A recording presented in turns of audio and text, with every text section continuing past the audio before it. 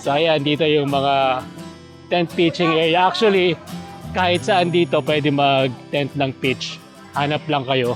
Yung mga price, yung sa first video, yung ride na papunta dito, na detalye ko naman yun kung magkano tsaka kung ano yung mga kailangang bayaran. Ayun oh, ang dami oh. So linggo ngayon, hindi ako nakapunta rito kagabi, overnight kami dito. Pero feeling ko, kagabi pa rin sila nandito. Good morning po. Masarap nung niluluto natin ah. You know. Sarap nung ulam nila oh, pang breakfast. Baba tayo dito.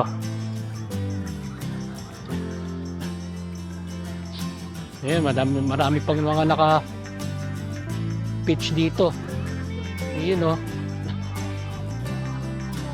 Good morning po.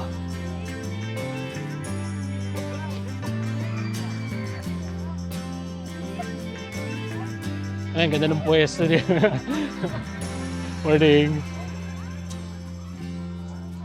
Ayun, itong isang part pa na to yung nabanggit sa akin na medyo malawak-lawak. Lalangoyan, kaso hindi ko nilangoyan kasi nakakatakot.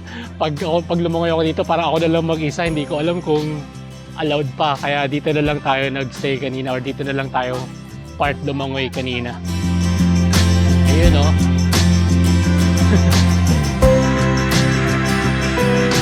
Morning.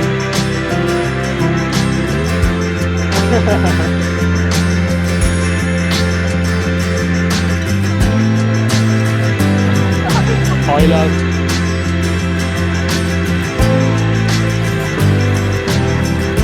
Good morning.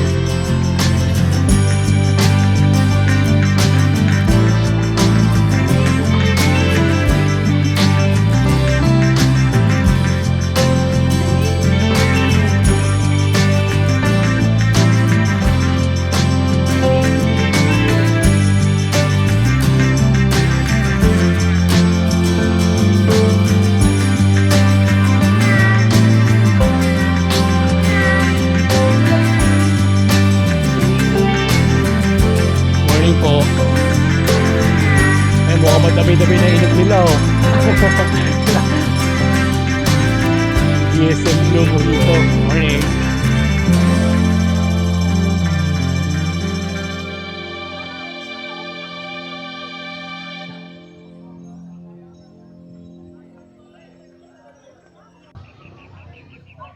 Isa sa mga activities dito, ayan yung kayak.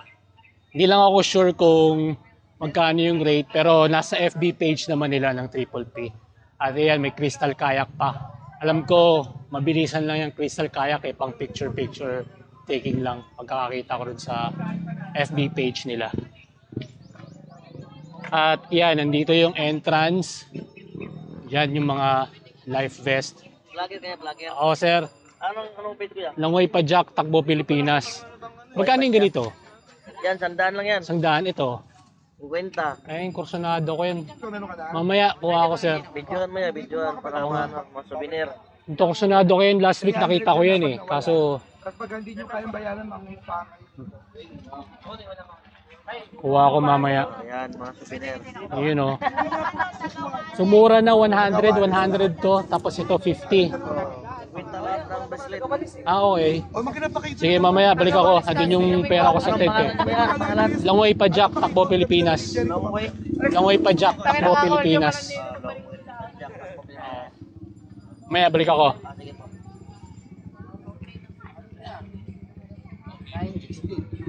Ayun, may wifi sila pala kasi walang signal dito sa site, kaya ang wifi nila 50 pesos per 2 hours. Ito si Zero, ito yung nag-assist sa atin mula nung last week pa. Laging busy yan.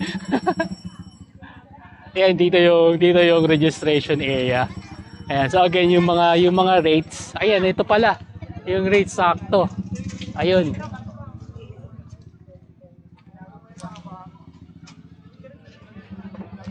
At may ATV din. Ayan oh.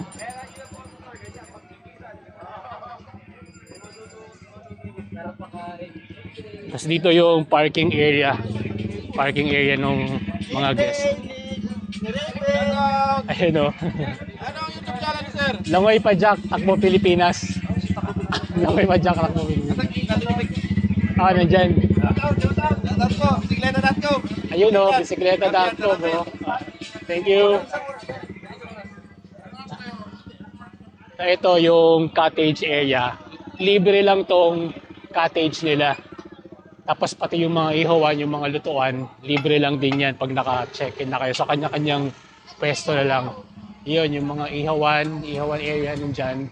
Maraming cottage dito. Ito pa oh.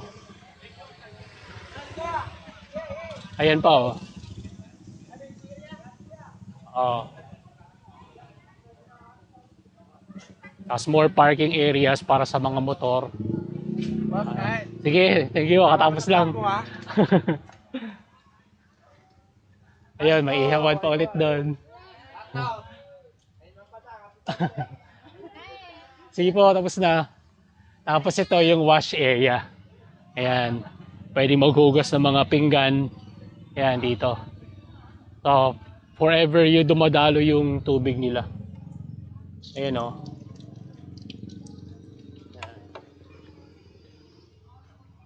Dito tayo. Papunta sa may tindahan.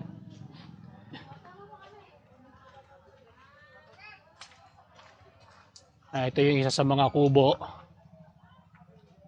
Parang nakita ko rin kanina, 700 din yata. At may store dito. So kung gusto nyong bumili tubig, may tubig dito.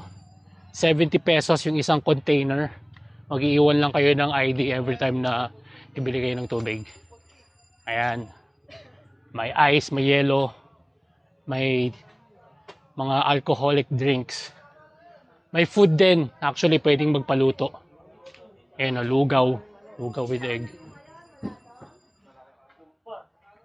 So, yun pala. So, 5 a.m. to 10 p.m. open ang store. Yun nga, gaya nung nabanggit ko kanina, pwedeng magpaluto.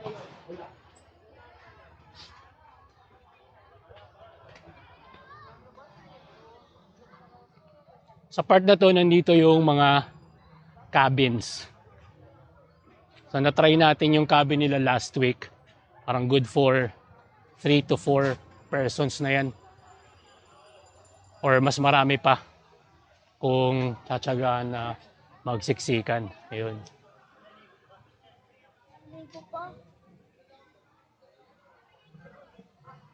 Tapos, sa bandang unahan, merong coffee. Yan, so pwedeng magkape-kape. May nakita ako magandang spot dito na upuan na may table din eh. Tables din siya yun, no? Yung sinasabi kong spot na maganda-ganda, oh. Morning po. At ito, yung coffee area nila. Good morning. Ayun, oh. Wala si ate yung isang nagtitinda. Meron palang akyatan dito. Ngayon ko lang nakita. Tara, tignan natin. Kasi nung nakaraang pumunta tayo dito, hindi natin in-explore to masyado.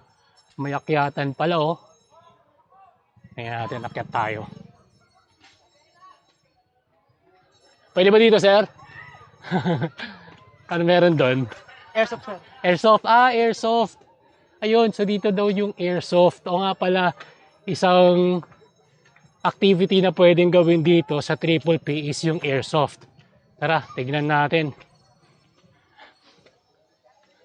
Yun oh. So naalala ko, naging hobby ko din tong airsoft. Ang baril ko doon is AK-47. Tapos ang BDU natin or yung battle dress uniform natin is SWAT theme. Kaso, hindi na tayo nagkaroon ng chance na maglaro. Tapos nung minsan, kinailangan ko ng pera, nabenta ko yung mga gamit ko. Ayun, so mukhang matsyempohan natin yung start ng game. O ha? Sakto yung dating natin.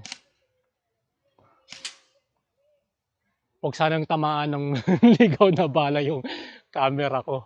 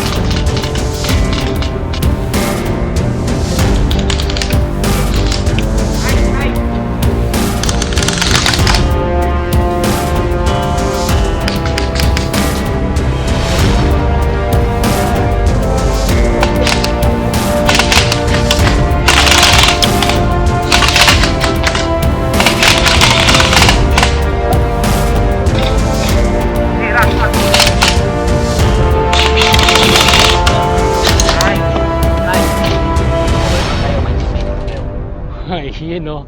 Ma-aksyong labanan yung nakikita natin ah. Ayos ba? Hindi ko kabisado yung rate. Parang alam ko pagka maglalaro ka ng airsoft, hindi ka na kailangan mag-entrance dito sa Triple P. Bali, per minute or per game ang bayad. Pero ipipaste ko na lang or ayan, ilalagay ko na lang sa ilalim kung magkano. Ayun nga ang ating video tour para dito sa Triple Campsite. So yun yung mga pwede nyong gawin pag nandito kayo sa Triple P. And yung iba, hindi ko kabisado lahat, hindi ko alam kung meron tayong hindi napuntahan. Pero iyan, ipipaste ko na lang kung ano yung, or lalagay ko na lang sa screen kung ano yung mga activities na pwedeng gawin. At you can always visit yung FB page nila. Pwede rin kayo mag-message sa kanila kung ano yung mga kailangan nyo, yung mga gusto nyong tanungin. At ayun, message lang kayo sa webpage nila ng Triple P Campsite.